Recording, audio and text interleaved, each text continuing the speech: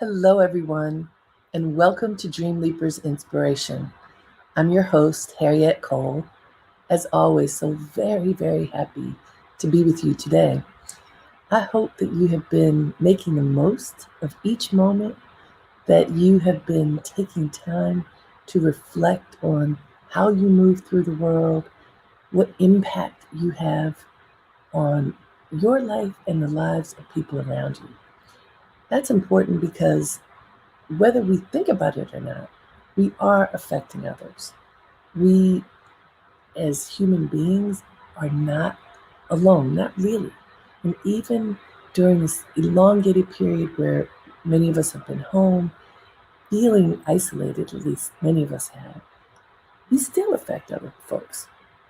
But now that our world is opening up and we're able to move more freely and re engage with others, I really want us to sit back and think about how we're doing it.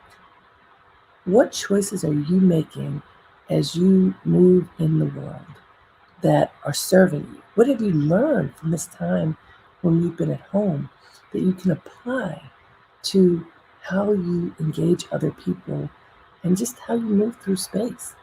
I think it's so important for us to think about that because we have this almost fresh start that we can engage in because we've had such a long period of time where there was a pause, at least a pause in the way that we normally in the past lived.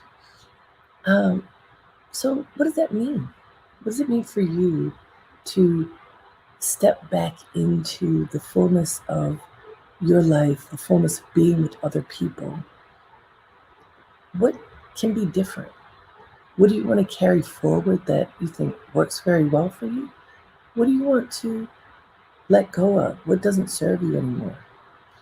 As I was thinking about this, it occurred to me that one of the things that I want to do, and that I'm hoping that many of you want to do, is to really treasure the relationships that I have and make sure that I treat the people that I care about, that I call my friends as a friend. And so it got me to thinking about what does it mean to be a good friend? And that took me to my mother, Doris Cole, who's 91 years old. When we were growing up, she would tell us all the time, you should be able to count your friends on one hand. If you have 5 friends or less, you're doing fine. If you have too many people you call friends, they probably aren't really your good friends. Treasure the ones you have, but don't try to have such a huge collection of them that it's hard for you to tend to those friendships. And I've thought about that often. She, at 91, still has a group of friends who are her contemporaries, who are living their lives the very best they can, um, exercising their minds and their bodies to be the best that they can be, engaging each other still, right now, 91, with the support of their children and sometimes grandchildren. They have, over this past year, they've had Zoom gatherings where they, just like we do, somebody sets it up for them. Or one of my mother's friends is very adept at technology. The others have gotten some support, but where they do exactly what we do, they look at each other, they talk to each other. One of the adult children will provide food, so they do what they would have done if they were going to a restaurant or to each other's homes. And as I've observed them, I realized that what has kept this small group of friends close for all these years is complete acceptance. They love each other for who they are. They forgive each other for not being perfect. They support each other. They listen to each other. And they accept each other with open hearts and open arms. What else could you ask for from a friend? And so I want to ask you, is that the kind of friend you are? Are you open, loving, non-judgmental, honest, caring, attentive to your friends? Ask yourself that question. Do you think that you are? I've had such an interesting relationship with this notion of friends, in part because when I was young, the person I considered to be my very best friend broke my heart. And so it kind of made me close off a bit to, do I call anybody a best friend? Do I open myself up that much because someone might hurt me? I realized that that was an extreme reaction, but at the time, in order to protect myself, I really shut down. And what I did, however, because I have two sisters, and my mother said, look, all you need is your family. And from the day that my younger sister Stephanie was born, I claimed her as mine. And if I would call anyone a best friend, it would be Stephanie. We talk just about every day. Even now, as adults, we're very, very close. I could tell her anything. She could tell me anything. We love each other through whatever it is and are supportive and tender. So I know what it is to have family that is also a best friend. I also am very fortunate to have really good friends as adults. I, I'm going to say I even have more than a handful of people I would call my very close friends. And when I think about those relationships, I realize that I don't have to talk to them every day.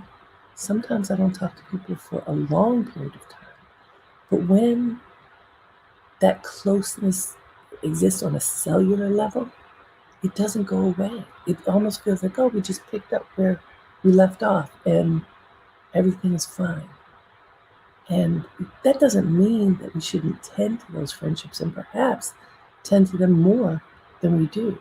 But as life happens and experiences happen, responsibilities, that our time gets used in different ways, sometimes we aren't as connected to the people that we love as we might want to, as we might want to be.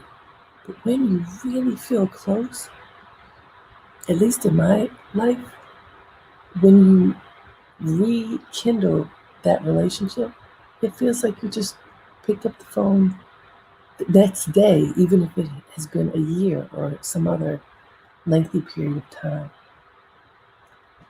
Good friends, being a good friend, to have a good friend and to be a good friend, I think is a gift. I think it's a gift that we should recognize is precious and not take for granted, because it is something that I think every human being needs to feel fully loved and supported. Not somebody who's a yes person, but someone who sees the best in you, someone who chooses to look for the highest in you, who chooses to uplift you. Sometimes that upliftment means telling a hard truth in a way that you can hear it. Sometimes that upliftment means stepping back, like, oh, I can't do this for you. I think now's the time for you to get support in a different way. It's being honest, it's being thoughtful, it is listening. Would you call yourself a good listener? Look at an inventory of your friendships. How do you engage your friends? Do you contact them primarily when you have something you want to tell them? Do you contact them to truly find out how are they doing and listen after you ask the question? Are you the principal talker? Do you get off the phone or complete a connection with a friend and realize you did all the talking, you didn't learn anything about what was going on with your friend? Are you ever that person? What does it mean to be a good friend? What would you like more in your friendships? What can you offer more to your friendships?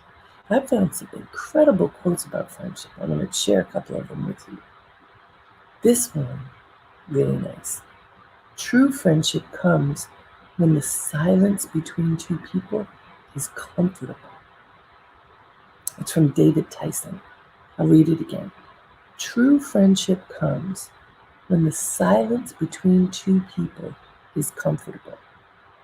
Think about that.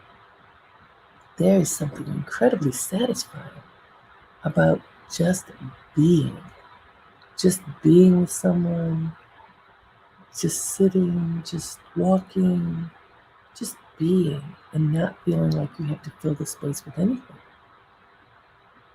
Your presence is enough. That takes you feeling comfortable in your skin and you feeling comfortable in the company of that other person. True friendship comes when the silence between two people is comfortable. And you know what it feels like when it's not comfortable. When you're with someone, you're like, oh, what should we talk about now? What should we do now? This feels awkward. If you have that feeling, ask yourself why. What is it about this moment with this person? What's going on inside of me? What are we not addressing that needs to be addressed to make it uncomfortable? Is this someone who I feel comfortable letting my guard down entirely around? And I've talked about this before. Friendship exists on different planes. Not everybody gets to go all the way into the inner chamber. Some people are friends peripherally, and that's okay. Not everybody has to be a bestie. Some people can be more like acquaintances. You can call them friend, but that doesn't mean you completely let your guard down and invite them all the way in. I believe people must earn the entry closer and closer to your heart. And how do they do that? Because of how they treat you and how you feel when you're in their company. Are they treating you in the tender ways that you appreciate and need? And if they're not, don't let them in. It's really kind of simple. But this quote about being comfortable in silence, to get there means that you truly have nurtured that relationship and gotten to the point where both of you can let your guard down, where both of you are present and at ease. So let me give you another one because I found some really cool quotes. Well, here's another one about silence. This one's from Martin Luther King Jr. He said, "In the end, we will remember not the words of our enemies, but the silence of our friends." Now, this is a different twist on silence. In the end, we will remember not the words of our enemies, but the silence of our friends. What does that mean? Let's dig into that one for a second. I think that we don't always have to say everything that's on our minds. We don't always have to point out the frailties, the negativities, the failures, the misgivings of other people. Sometimes we can just be quiet. A lot of times people know, oh, I didn't do so well on that. I messed up here. Being a friend is not piling it on. You sure did. I can't believe you did that. What in the world was wrong with you? Piling on at a time when someone is dealing with a challenge, in my mind, is not being a good friend. And this requires subtlety of paying attention. Because I'm not saying that you should be silent if your friend needs a nudge. Be silent if you think your friend is walking down a dangerous path and there's time to turn, to stop, to back up.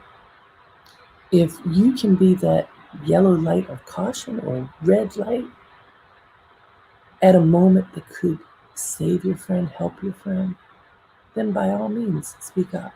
But if something has already occurred, it's happened, it's not the best thing, but there's nothing that can be done about it, why are you thinking that it's being a good friend to point it out?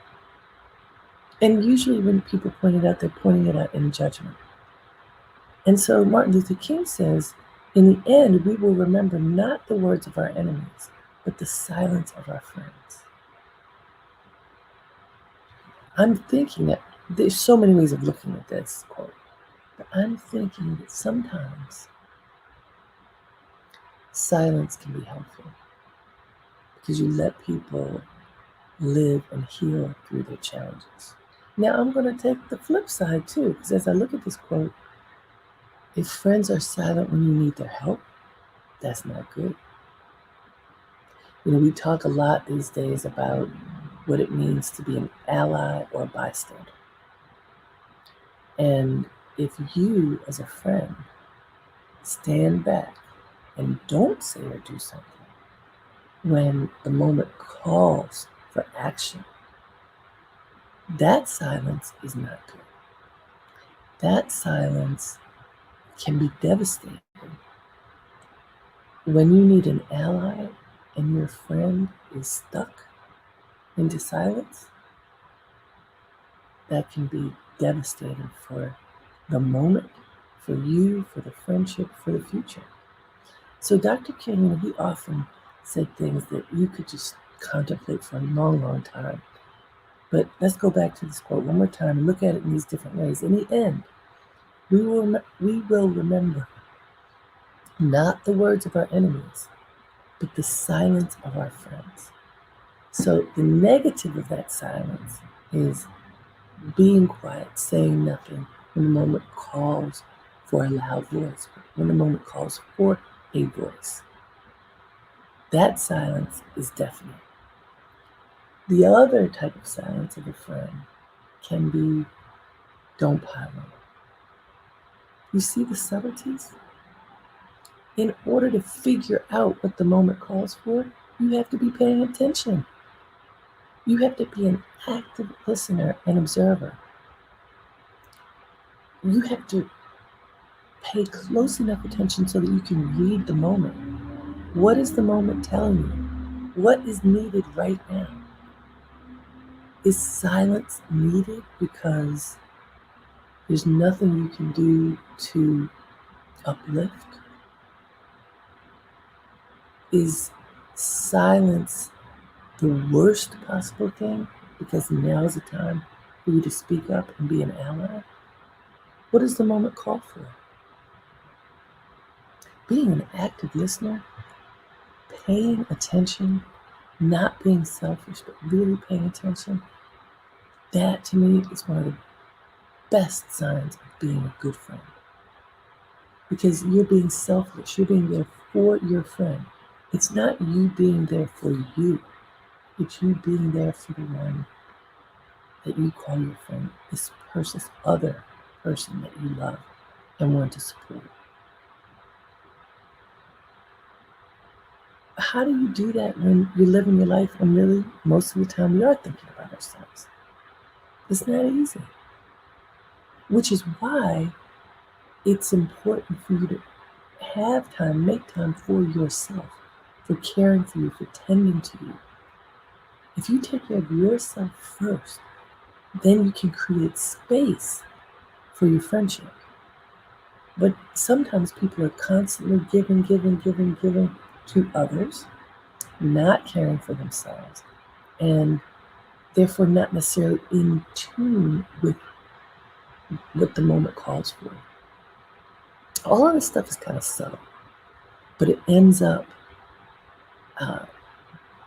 it can end up being huge if you don't pay attention well. So let's look at being a good friend to you first. How do you take care of yourself? What do you do to tend to you? What can you do to tend to yourself better? What can you do? We know, and I've talked to, uh, well, specifically, I recently talked to Dr. Janet Taylor. I love talking to her and working with her.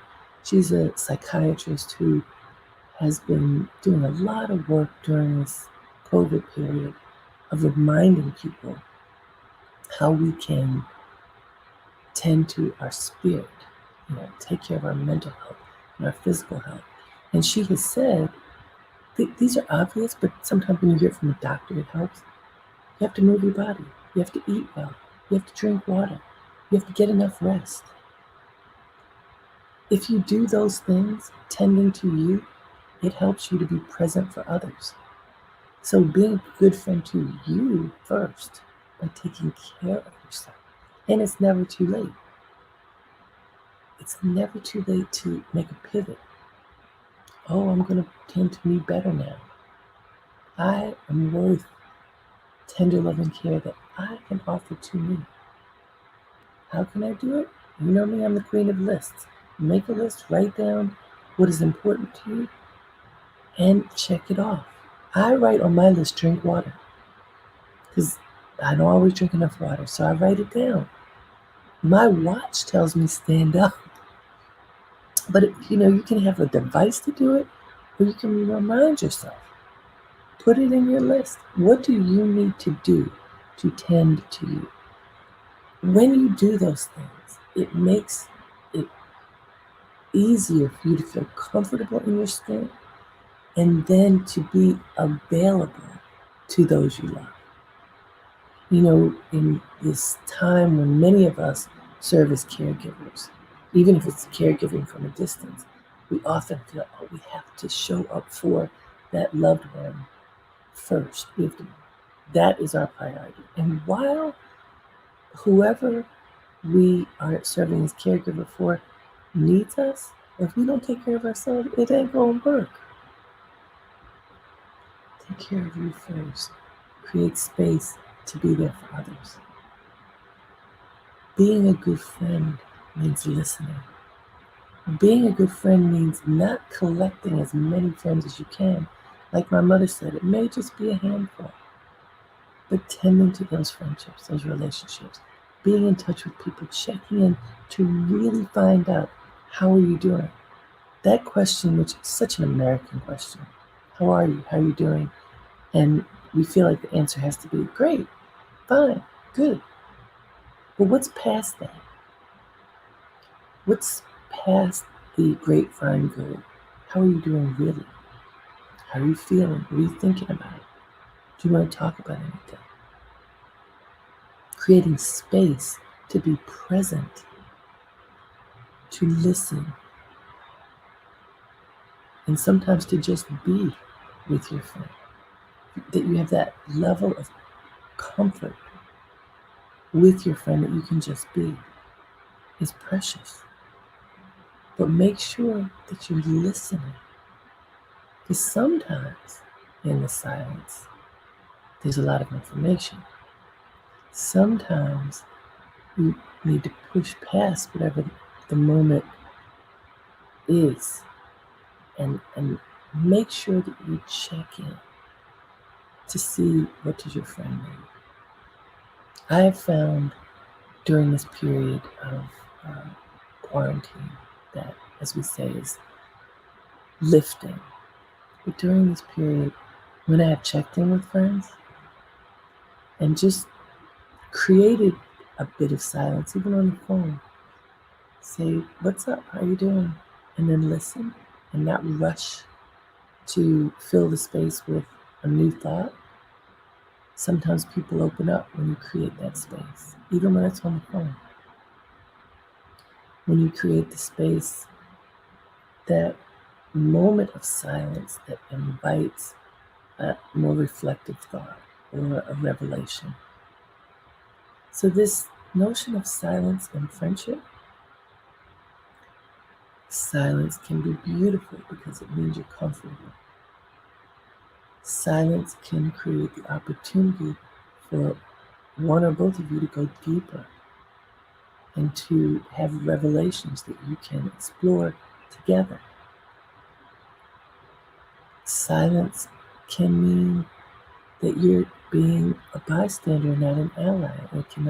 It can be bad. Silence can be good when it means you're not piling on at a time when your friend really needs upliftment, not finger pointing.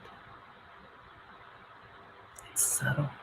It's not one way. It requires paying attention so you can read the moment and figure out what is this moment calling for. And by the way,